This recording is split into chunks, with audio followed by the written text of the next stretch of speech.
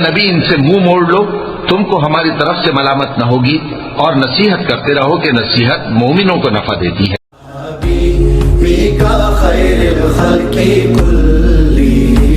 محمد سید القونین والثقلین، محمد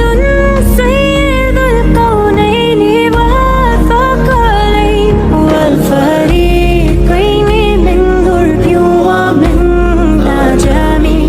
والفریقین من عرب ومن عجم، مولاي صل وسلم دائما ابدا على حبيبك خير الخلق كلهم۔